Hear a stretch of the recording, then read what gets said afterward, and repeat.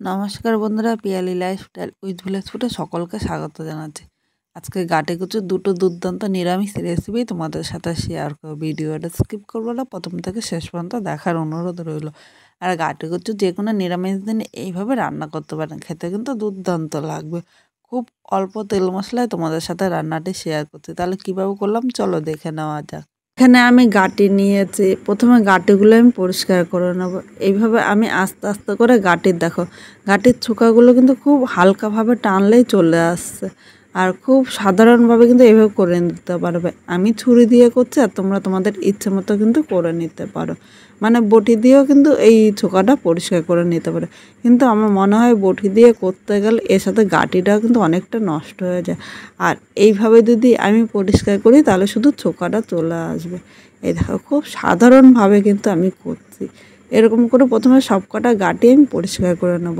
আর এই জায়গায় আমি দেখো 500-র মতো গাঁটি নিয়েছি। গাঁটিটা তোমরা কম বেশি নেবে, মানে যতটা রান্না করবে ততটাই কিন্তু নেবে। আর এর সাথে আজকে আমি আলুটা স্কিপ করেছি। তোমরা যদি ভাবো তাহলে একটু আলুও দিতে পারো, কিন্তু সবসময় অনেকে আবার কমেন্ট করে বলে যে দিদি আলু ছাড়া কোনো রান্না থাকলে দেখাও। তাই তাদের জন্য আজকে এই রান্নাটা। আমার এক কাকিমা কমেন্ট করে বলেছিল যে তুমি একটু আলু ছাড়া রান্না করো, কারণ তার সুগারের ভয়ে আলু খেতে চায় না। তার জন্য আজকে ভাবলাম গাঁটিটা এইভাবে রান্না করি।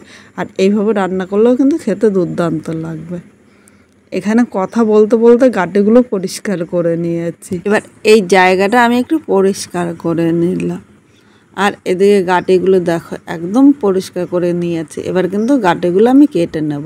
এবার ছুরি দিয়ে দেখো আমি এইভাবে গোল গোল করে কেটে নিচ্ছি। তোমরা তোমাদের কিন্তু ইচ্ছে মতো কেটে নিতে পারো। আর একটু পাতলা করে কেটে নেবো, তাহলে গাঁটিটা কিন্তু খুব অল্প সময়ে তোমরা রান্না করে নিতে পারবে। ছোট গাঁটিগুলো আমি 3 পিস করে নিচ্ছি, আর বড় গাঁটিগুলো কিন্তু একই রকমভাবে।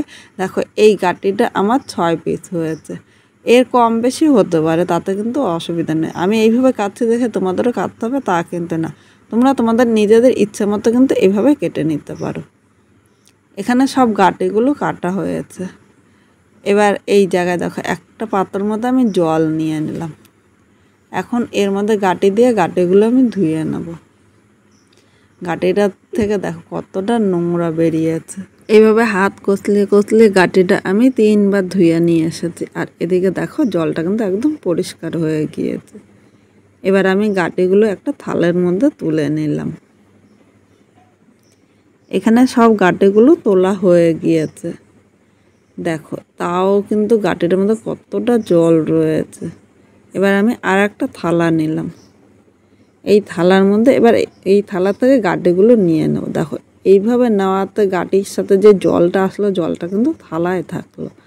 আর গাঁটির মধ্যে জল থাকলে কিন্তু আমার রান্না করতে সময় লাগবে। এবার এর মধ্যে আমি 1/2 চামচ মানে স্বাদ অনুযায়ী লবণটা নিয়ে নিলাম। ছোট চামচের 1 চামচ হলুদ নিয়েছি। অবশ্য হলুদটা কিন্তু প্রয়োজন মতো নিয়ে নেবেন। এর সাথে আমি বড় চামচের 1/2 চামচের একটু বেশি বেসন নিয়েছি। এই বেসনটা দিয়ে বাইন্ডিং করলে গাঁটিগুলো যখন ভাজা যাবে খুব সুন্দর ভাজা হবে, কারণ গাঁটির মধ্যে একটা বিজলে ভাব থাকে। বেসনটা দিয়ে বাইন্ডিং করলে সেই বিজলে ভাবটা কিন্তু থাকবে না। এখানে সব কিছুর সাথে নেড়ে চেড়ে আমি মিশিয়ে নেব। আর সবসময় একরকমভাবে গাঁটি খেতে খেতে যখন মুখে অরুচি চলে আসে তখন এইভাবে কিন্তু রান্না করতে পারো। একদম নতুনভাবে তোমাদের সাথে রান্না করেছি। অনেকে তো অনেক রকমভাবে রান্না করেছে, একবার এইভাবে রান্না করে দেখতে পারো, খেতে কিন্তু দুর্দান্ত লাগবে। এখানে গাঁটি হলুদ ও লবণ ভালো করে মেখে নিয়েছি। আর এই জায়গায় ইচ্ছে করলে তোমরা একটু কাশ্মীরি লঙ্কার গুঁড়ো দিতে পারো কালারের জন্য, কিন্তু আজকে আমি কোনো লঙ্কার গুঁড়ো ব্যবহার করব না। কোনো লঙ্কার গুঁড়ো ছাড়া এইভাবে যে রান্না করা যায় তোমরা না দেখলে কিন্তু বিশ্বাস করবে না। এবার আমি গাঁটিটা এক সাইডে রেখে দিলাম। এবার আমি একটা মশলা তৈরি করে নেব। এখানে দেখো বড় চামচের 1/2 চামচের বেশি আমি সাদা সর্ষে নিয়েছি। যতটা সাদা সর্ষে নিয়েছি একই মাপের আমি জায়গায় লাল সর্ষে নিয়েছি। এর সাথে আমি 3টে কাঁচা লঙ্কা নিলাম। তোমরা ঝাল যেরকম খাবে সেই হিসাবে নেবে। অনেকে বলে সর্ষে বাটলে নাকি তেতো লাগে, তোমাদের সাথে এই টিপসটা ব্যবহার করলাম। এই টিপসটা ব্যবহার করে সর্ষে বাটবে, একটুও তেতো লাগবে না। সামান্য একটু লবণ ও হলুদ দিয়ে সর্ষেটা বাটলে কিন্তু 1 ফোঁটাও তেতো হয় না। এখানে দেখো সর্ষেটা বাটা হয়েছে, আর পাটায় যতটা মিহি হয় মিক্সচারে কিন্তু ততটা মিহি হবে না। এবার এদিকে কড়াই বসিয়ে দিয়েছি, কড়াইয়ের মধ্যে আমি 1 চামচ কালো জিরা নিলাম। 1 থেকে 2 মিনিট মিডিয়াম আগুনে হালকা লাল করে ভাজবো, খুব বেশি কিন্তু ভাজবো না, যাতে কালো জিরাটা গরম হয় সেই হিসাবেই কিন্তু ভেজে নিতে হবে। এখানে দেখো কালো জিরাটা ভাজা হয়ে গিয়েছে, এবার আমি তুলে নিলাম। কড়াইটা পরিষ্কার করে নিয়েছি। এবার এর মধ্যে আমি 2 চামচ সর্ষের তেল নিলাম। খুব বেশি কিন্তু তেল লাগবে না, তেলটা এইভাবে নেড়ে চেড়ে নিলাম। এবার তেলটা কিন্তু গরম করে নিতে হবে। এখানে তেলটা গরম হয়ে গিয়েছে, আর এদিকে যে গাঁটিগুলো আমি আগের থেকে মেখে রেডি করে রেখেছিলাম এর মধ্যে গাঁটিটা নিয়ে নিলাম। এখন গাঁটিটা তেলের সাথে নেড়ে চেড়ে মিশিয়ে নেব। আর গাঁটিগুলো কিন্তু মিডিয়াম আগুনে ভাজতে হবে, খুব জোরে কিন্তু আগুন দেওয়া যাবে না, তাহলে গাঁটিটা উপর দিয়ে ভাজা হবে আর ভেতর দিয়ে কাঁচা থাকবে, তখন কিন্তু খেতে ভালো লাগবে না। এখানে তেলের সাথে নেড়ে চেড়ে মিশিয়ে নিয়েছি। এখন ঢাকা দিয়ে আমি 2 থেকে 3 মিনিট রান্না করে নেব। 3 মিনিট পর ঢাকনিটা তুলে নিলাম। মাঝে কিন্তু একবার ঢাকনিটা তুলে আমি নেড়ে চেড়ে নিয়েছিলাম, তখন আর দেখানো হয়নি। আবারও নেড়ে চেড়ে নিলাম, নাহলে নিচে দিয়ে কিন্তু লেগে যাবে, আর নিচে দিয়ে পুরো লেগে গেলে খেতে কিন্তু একদম ভালো লাগবে না। এইভাবে ঢেকে ঘাটি কচুটা রান্না করলে অল্প সময়ে ঘাটি কচুটা কিন্তু সেদ্ধ হয়ে যাবে। এখানে ঘাটি কচুটা কিন্তু হাফের বেশি সেদ্ধ হয়ে গিয়েছে। আর 1 থেকে 2 মিনিট এইভাবেই কিন্তু ঘাটি কচুটা হালকা লাল করে ভেজে নেব। এখানে দেখো কচুটা কিন্তু লাল করে ভেজে নিয়েছে, আর এর থেকে বেশি ভাজবো না, এর থেকে বেশি ভাজলে কিন্তু ভালো লাগবে না।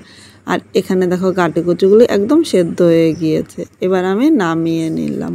কড়াইতে আর 1 চামচ আমি সর্ষের তেল নিলাম। দেখো খুব বেশি কিন্তু তেল নেব না, আর এই তেলেই পুরো রান্নাটা করব। এবার এই তেলের মধ্যে 1/2 চামচ আমি কালো জিরা সম্বাদ দিলাম। এর সাথে আমি একটা কাঁচা লঙ্কা সম্বাদ দিয়েছি। তোমরা ভাবছো যে সবাই তো শুকনো লঙ্কা দেয়, আমি কাঁচা লঙ্কা দিলাম কেন, কিন্তু কাঁচা লঙ্কার এই গন্ধটাই কিন্তু দুর্দান্ত লাগবে। 1 সেকেন্ড ভেজে নিয়েছি। এবার এখানে যে সর্ষে বাটাটা করেছিলাম সর্ষে বাটাটা নিয়ে নিলাম। বাটিকে সামান্য জল আছে, আর এমনি ওই সর্ষেটা কিন্তু তেলের উপরে নাড়লে তেতো হয়ে যাবে, তাই বাটিটা দিয়ে আমি সামান্য একটু জল দিলাম, খুব বেশি জল দেব না। এখন সব কিছুর সাথে নেড়ে চেড়ে মশলাটা মিশিয়ে নেব। এর মধ্যে আমি 1/2 চামচ আদা বাটা নিয়েছি।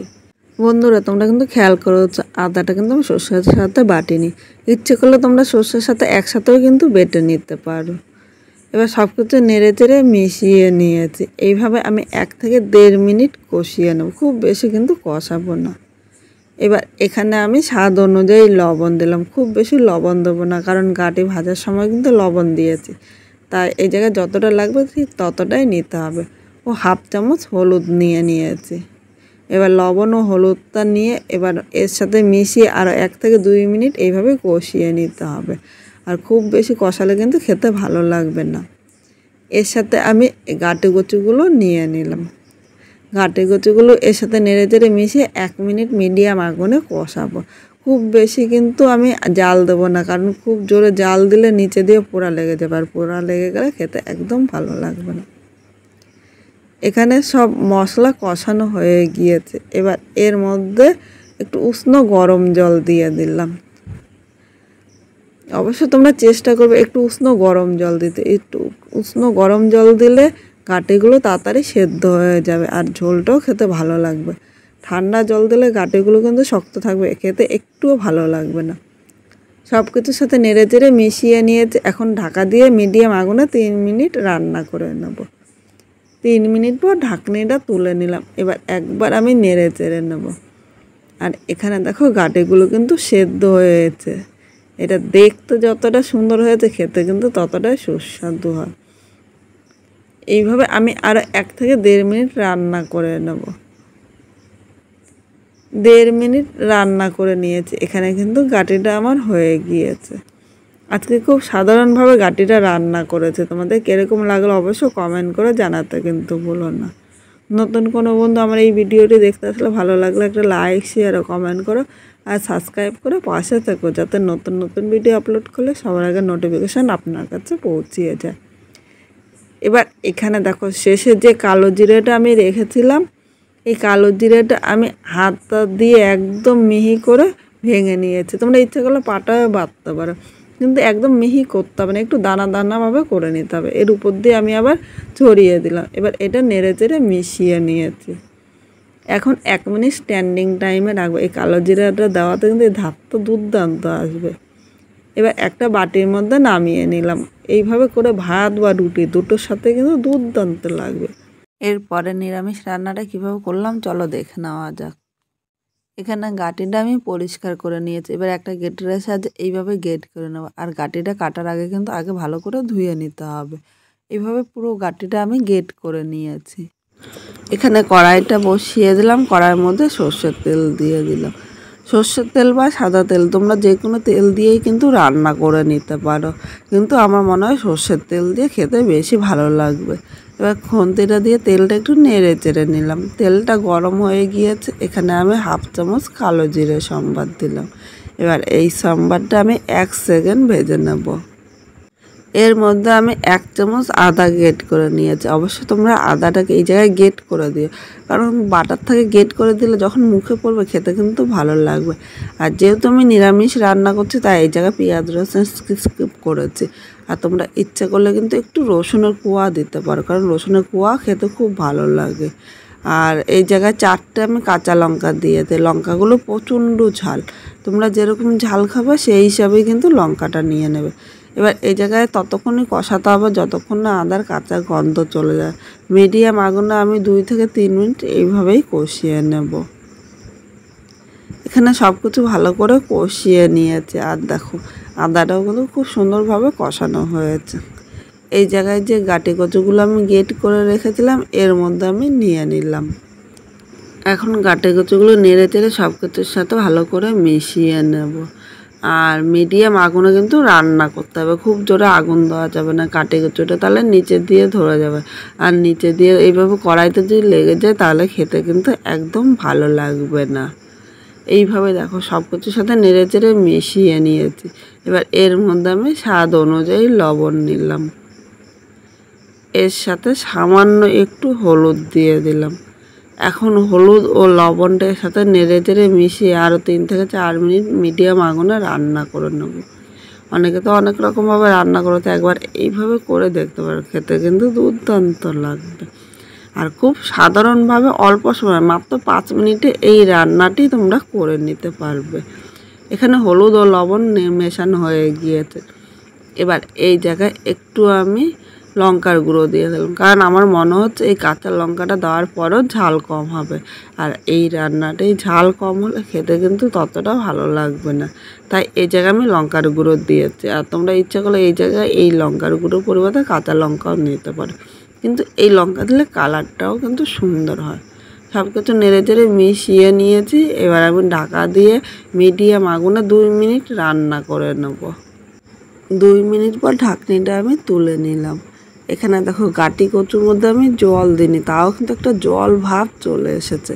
আর এইভাবে ঢেকে রান্না করলে খুব অল্প সময়ে তোমরা কিন্তু রান্না করে নিতে পারবে। আবার আমি নেড়ে চেড়ে নিলাম, নাহলে নিচে দিয়ে কিন্তু লেগে যাচ্ছে, আর নিচে দিয়ে লেগে গেলে খেতে একদম ভালো লাগবে না। এখানে দেখো গাঁটি কচুটা কড়াই থেকে কিন্তু ছেড়ে দিচ্ছে। এবার আমি নামিয়ে নিলাম। এটা দেখতে যতটা সুন্দর হয়েছে খেতে কিন্তু ততটাই সুস্বাদু হয়েছে। এবার দেখো কত সুন্দর হয়েছে। বন্ধুরা আজকে গাঁটি কচু দুটো রান্না তোমাদের কীরকম লাগলো কমেন্ট করে জানাতে কিন্তু ভুলো না। আর নতুন কোনো বন্ধু ভিডিওটি দেখতে আসলে ভালো লাগলে একটা লাইক শেয়ার কমেন্ট করে সাবস্ক্রাইব করে পাশে থাকো, যাতে নতুন নতুন ভিডিও আপলোড করলে সবার আগে নোটিফিকেশান আপনার কাছে পৌঁছিয়ে যায়। এর সাথে আমি একটা শুকনো লঙ্কা নিয়েছি।